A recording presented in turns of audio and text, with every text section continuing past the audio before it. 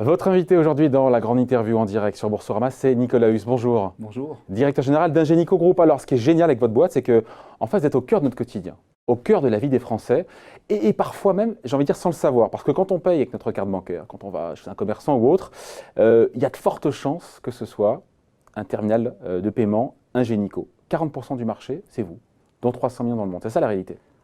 En fait, on vous connaît sans vous connaître. On a 40% du marché mondial. Ouais. Je pense qu'en France, ça doit être plus que ça sur les terminaux de paiement. Et ce qui est très intéressant, c'est qu'on est vraiment positionné sur toute la partie tech du paiement, donc les rails technologiques, et on fait aussi ce qui vraiment ne se voit pas du tout, la transaction de paiement. Voilà. Donc quand on paye encore une fois chez un commerçant à droite à gauche, c'est le terminal qu'on voit là, que vous vendez aux banques en fait, c'est vous. Et après on se dit, on consomme de plus en plus en ligne. Mais malgré tout, au quotidien, je sais pas, l'écrasante majorité de nos achats se font dans la vraie vie, en physique, chez les commerçants. Donc dire que, c'est la question qu'on a souvent posée en disant mais Ingenico, c'est leader mondial des terminaux de paiement, ça c'est l'activité d'hier, c'est pas la réalité aujourd'hui. Aujourd'hui, où on se parle. Vous avez absolument raison. C'est-à-dire qu'en fait, si on part du principe que 80% des transactions sont faites chez un commerçant c'est 80% physique, le chiffre, 80% au niveau mondial à peu près, pour faire simple. Et donc toute la partie en ligne, sont en physique au quotidien, voilà. Au quotidien, c'est un point de vente physique où vous achetez. Et la partie en ligne progresse très vite, mais elle ne représente toujours que 20%. Donc le monde physique, ce qu'on appelle l'acceptation physique, est en train de continuer à se développer. Ça c'est aujourd'hui, mais après, Nicolas Hus, demain, après-demain, on se dit quoi? On se dit que les magasins s'encaissent. On voit, tout ça c'est à titre expérimental, mais on voit Monoprix depuis un an en France qui en a, Casino qui le teste sur les Champs-Élysées, Fnac qui nous dit on est en train de tester la formule. Voilà, on passe plus en caisse, tout passe par le smartphone. Amazon a sorti je ne sais pas combien de centaines de magasins aux États-Unis, de magasins sans caisse. On se dit, est-ce que dans cette configuration, Nicolas Hus, vous êtes squeezé ou pas du tout? Non, absolument pas, pour deux raisons je crois. La première, c'est que leur intérêt, c'est de ne pas passer par vous. Non, au contraire, je pense que la plupart des acteurs ont envie et besoin de passer par nous. On a un vrai ADN de partenariat, de collaboration, mais surtout… Mais Amazon, par exemple, ils n'ont pas eux-mêmes développé leur système de paiement, ils ne développent pas tout ça en interne pour essayer d'être entièrement sur la chaîne de valeur? Il y a deux notions très différentes, si je peux me permettre. Il y a d'abord la notion du point de vente physique, avec la caisse et ou la présence d'un point de contact sur lequel vous paierez toujours. Les exemples que vous citiez, là, il y a toujours un paiement physique avec soit une borne de paiement qui permet en fait au client de valoriser ça. Après, il y a une deuxième forme de paiement qui est ce qu'on appelle la carte non présente, avec le paiement sur le mobile dont vous parliez. Là, c'est ça en fait, j'avais ça en tête. Voilà. Et ça se développe vous êtes dans la boucle de façon, toujours bien sûr, ça se développe de façon extrêmement importante, mais c'est pour ça que je vous précise tout à l'heure que 60% de notre activité aujourd'hui n'est pas du terminal, c'est de la transaction. 60%. On pense à Ingenico, on se dit terminal de paiement, 60% des revenus. Donc, c'est les services qui sont autour. Bien sûr, c'est une entreprise qui se réinvente constamment. Donc, le terminal de paiement, c'est notre ADN. C'est quelque chose qui apporte énormément parce qu'on a cette connaissance du point de vente physique dont on disait à l'instant que c'est encore 80% des transactions. Mais on rajoute des cordes à notre arc avec justement une partie transaction de paiement. Et quand tout sera dématérialisé, encore une fois, dans 10 ans, 15 ans, on se dit qu'il n'y aura plus de terminal de paiement et ce n'est pas grave? Non, en fait, ce qui est important, c'est qu'il n'y aura plus la… Ce qui est important, c'est que le client puisse continuer à payer de façon qu'il soit absolument sûr dans le paiement. Et c'est ça votre métier important. aussi? Bien sûr, c'est l'essentiel de notre métier. C'est-à-dire que quand vous parliez tout à l'heure de terminaux de paiement, ce qu'il y a dans ces terminaux, c'est beaucoup plus de logiciels, de software que le terminal physique lui-même. C'est le savoir-faire qui est important. Ouais. Et cette division, elle a souffert. La division de terminaux de paiement, j'y reviens après, on passera au service. Elle n'est plus à la peine aujourd'hui, elle a été redressée parce qu'il y a une baisse de 4% des revenus, cette division en 2018. La croissance est en train de revenir entre 0 et plus 2% horizon 2021. Ça y est, c'est redressé. Et puis comment vous avez fait? Alors, d'abord, ce qui est très important, c'est de poser les choses dans le contexte. À savoir que si vous prenez Ingenico sur les 10 dernières années, c'est une histoire d'un succès incroyable, avec des revenus qui ont été multipliés par 5, des équipes qui ont été multipliées par 6, une place de leader mondial, vous en avez parlé. Il y a eu en effet une année où l'activité de terminaux de paiement a trébuché, c'était l'année dernière. Ouais. Maintenant, on s'est remis dans c'est ce qui a provoqué votre arrivée à la tête de… Oui, en fait, il y a eu un besoin de changement dans l'entreprise. Et qu'est-ce qui s'est passé en 2018 puisque tout était prospère? Pourquoi il y a eu ce décrochage? Parce qu'il y a eu avertissement sur résultat, il y a eu des questionnements sur la stratégie et puis un cours de bourse qui a perdu 40%. Oui, ça a été une année assez compliquée. En effet, parce qu'on avait jusque-là surfé sur le déploiement des terminaux dans de nouveaux pays, l'Inde, la Chine, et le renouvellement des terminaux déjà existants dans les pays les plus mûrs, comme Donc par il y a une forme exemple l'EMV aux de États-Unis. Saturation, de maturation du Oui, en business. fait, on est arrivé sur un marché plateau, qui s'est développé énormément pendant 10 ans, et en effet, une phase de plateau qu'on n'a peut-être pas abordée de la façon la plus optimale, parce qu'on était très plateau qui dure tellement. Alors, en fait, on a des cycles plus longs dans le paiement. Ce qu'on a fait en réalité, c'est d'aller chercher de nouvelles sources de croissance à travers de nouvelles formes de terminaux ou à travers de nouveaux marchés. Voilà, les nouveaux marchés, c'est l'expansion des services de paiement pour les marchands, c'est ça? Entre autres. Ça veut dire quoi concrètement, les services de paiement pour les marchands? J'ai compris que c'était la diversification verticale, mais qu'est-ce que vous leur proposez concrètement?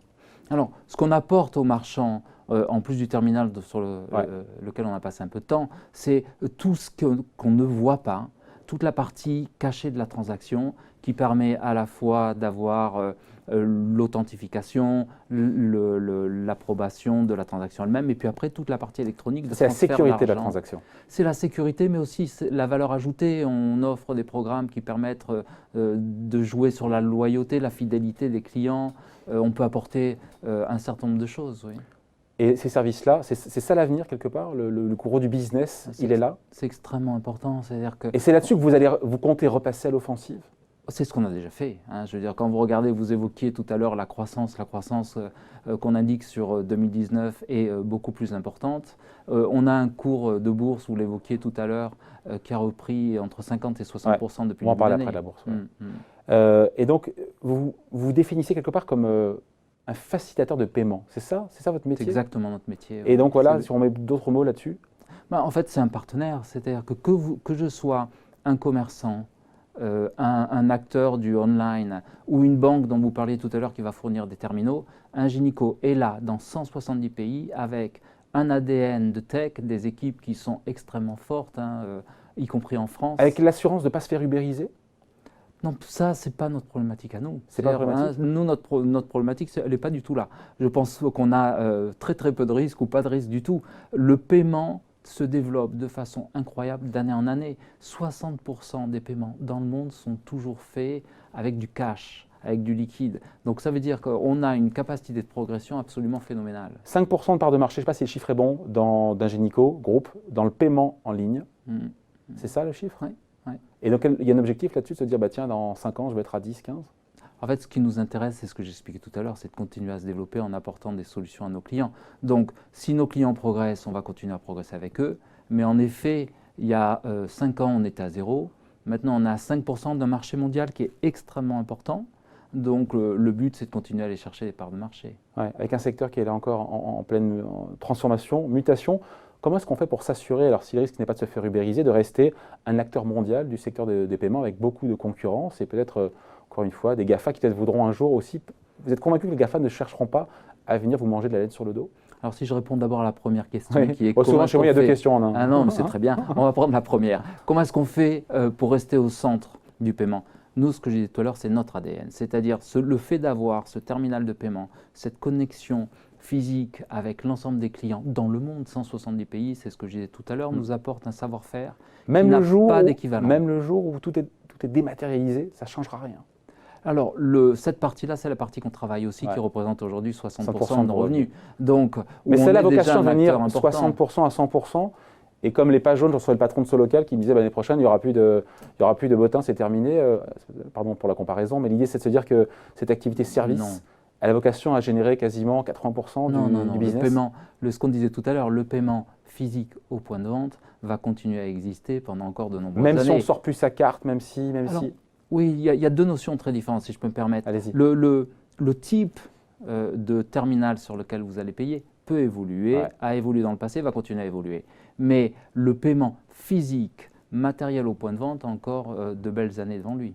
Donc concrètement, ça veut dire que ce qui changera, donc à quoi il ressemblera d'ailleurs ce terminal-là dans les années à venir? Alors vous aurez plusieurs formes en fait de paiement qui seront par exemple, qui iront du terminal traditionnel à un terminal qui sera beaucoup plus sur Android, qui permettra des connexions avec des apps de fidélité ou pour un certain nombre d'usages. Vous aurez de plus en plus ce qu'on appelle des petits terminaux de paiement type dongle sur lequel vous simplement vous connecterez ce terminal de paiement. Ça existe déjà, on le voit derrière vous sur la partie mobile, portable. Et après, ce qu'on voit arriver, c'est le paiement sur le portable, ce qu'on appelle en anglais le PIN on mobile, où votre téléphone va devenir un terminal de paiement. Ma crainte, c'est que justement, dans le cadre du paiement sur mobile, vous puissiez, pour le coup, voilà, sans que ce soit un nouveau métier, bien sûr que non, mais comment s'assurer que votre présence, elle sera toujours là, sur ce secteur-là qui est l'avenir, pour le coup? On est au début de chacune des initiatives mondiales. C'est-à-dire que le fait d'avoir cette présence, cette part de marché, cet historique et cette expérience fait que même les disrupteurs dont vous parliez tout à l'heure viennent nous voir quand ils veulent lancer quelque chose. Donc en partenariat parce qu'ils n'ont pas le savoir-faire? Parce qu'on a un savoir-faire qui a, comme je le disais tout à l'heure, qui n'a pas d'équivalent. Ouais. Alors encore une fois, on parle un peu de la bourse parce que année 2018 difficile. Encore une fois, voilà, on l'a dit, profit warning, une stratégie qui suscitait des questionnements, des interrogations. Nicolas Huss, un cours qui a dévissé de 40%. Et puis vous êtes arrivé, voilà, un peu plus de 6 mois, c'est fin novembre, c'est ça? Oui, j'avais rejoint Ingenico depuis quelques temps déjà, mais au poste de directeur général. Voilà. Et sauf que depuis le début de l'année, le titre a pris 55%. On se dit que le trou d'air, c'est vraiment derrière parce que la stratégie a été remise à plat, parce que vous êtes engagé sur les... Vous avez revu à la hausse d'ailleurs vos prévisions de résultats sur 2019. C'est ça la dynamique, la spirale baissière, c'est derrière? Alors, ce qu'il y a de magnifique dans le domaine du paiement dont on parlait, c'est qu'il y a des taux de croissance à aller chercher qui sont absolument, j'allais dire fabuleux, mais on va dire importants pour faire simple. Et il faut être capable d'accompagner ces développements. C'est la stratégie qu'on a mise en place depuis le début de l'année, c'est une stratégie de croissance. Et ce qu'il y a de plus important. Donc les difficultés de 2018 sont vraiment dépassées? C'est ma conviction. C'est derrière? Bien sûr. Bon, 55% de hausse, je le disais depuis le début de l'année sur le titre Ingenico, moins 18% sur 3 ans, et c'est la contrepartie de la mauvaise performance de 2018, plus 30 sur 5 ans. Il y a du potentiel de rattrapage par rapport à cette année, sur le titre, par rapport à cette année noire de 2018? Oui, bien sûr. Oui. Ce qu'on voit, c'est qu'on en a déjà rattrapé une bonne partie. Pour vous, on n'est qu'au début du rattrapage sur la valeur? Ah oui, sur la valeur, absolument. Oui. Ouais. Avec un secteur qui est en phase de consolidation. On voit le rachat de Worldplay. Je ne suis pas un expert, mais Worldplay, j'ai vu 43 milliards, je ne sais pas si c'est en euros pour le coup ou en dollars. Il y a ce risque ou pas, vous devez l'avoir en tête, qu'un acteur étranger, je dis, bah, tiens, Ingenico, pépite française, market cap, poids boursier 5 milliards, je regarde. Le monde du paiement est en train de se consolider. Il y a une évolution, une accélération dans le monde du paiement qui est absolument sans précédent. Donc un certain nombre d'acteurs, et en particulier les mouvements que vous évoquiez, ce sont surtout des mouvements qui touchent les États-Unis, avec une consolidation brutale sur un marché unique où plus d'un tiers des paiements au niveau mondial ont lieu. Donc cette phase-là, on est en train de la voir. À moyen terme, quand on se projette, en effet, on verra l'apparition de nouveaux acteurs. De nouveaux acteurs, donc des rapprochements. Il y a eu des rumeurs qui ont fait grimper notamment Worldline et Ingenico en début de mois sur un possible intérêt. Alors je ne connaissais pas l'acteur SIA, mais qui n'est pas si gros que ça, qui fait 3 milliards d'euros de capi. Un géant européen, pour le coup, dans les paiements, ça vous tente ou pas? Un géant européen, c'est une problématique qui va se poser, encore une fois, dans les 3 à 5 ans qui viennent. Et vous en serez dans cette reconfiguration, dans cette recomposition européenne? Ma conviction, c'est que le marché des paiements est un marché mondial. Donc la problématique, il faut la regarder de façon mondiale.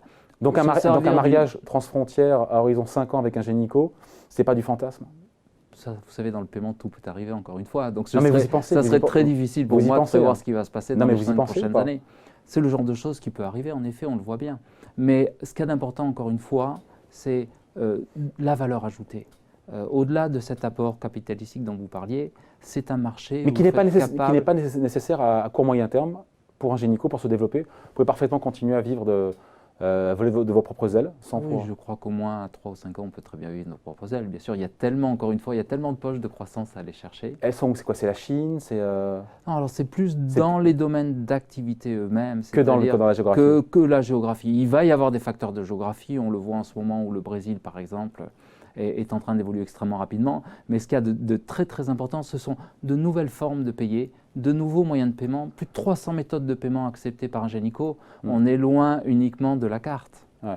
Et donc vous êtes bien positionné pour vous là-dessus. Bien sûr. Et c'est ce que le marché est en train peut-être de réaliser pour le coup? Je crois que c'est le message encore une fois, passé. Ça a été compliqué à gérer 2018, parce que maintenant, voilà, on est là, 55% de hausse depuis le début de l'année, on se dit très bien, mais ça a été compliqué aussi. Ouais. Ça vous a obligé à revoir la stratégie, à la clarifier.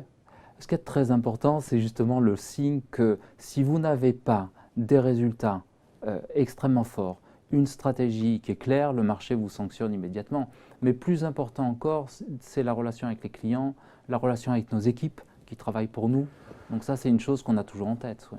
Bon, un directeur général qui a la banane pour le coup. Qui a la pêche. Qui a la pêche. Hein. Ouais. Bon, directeur général d'Ingenico, donc Nicolas Hus, qui était l'invité de la grande interview en direct sur Boursorama. Merci. Merci.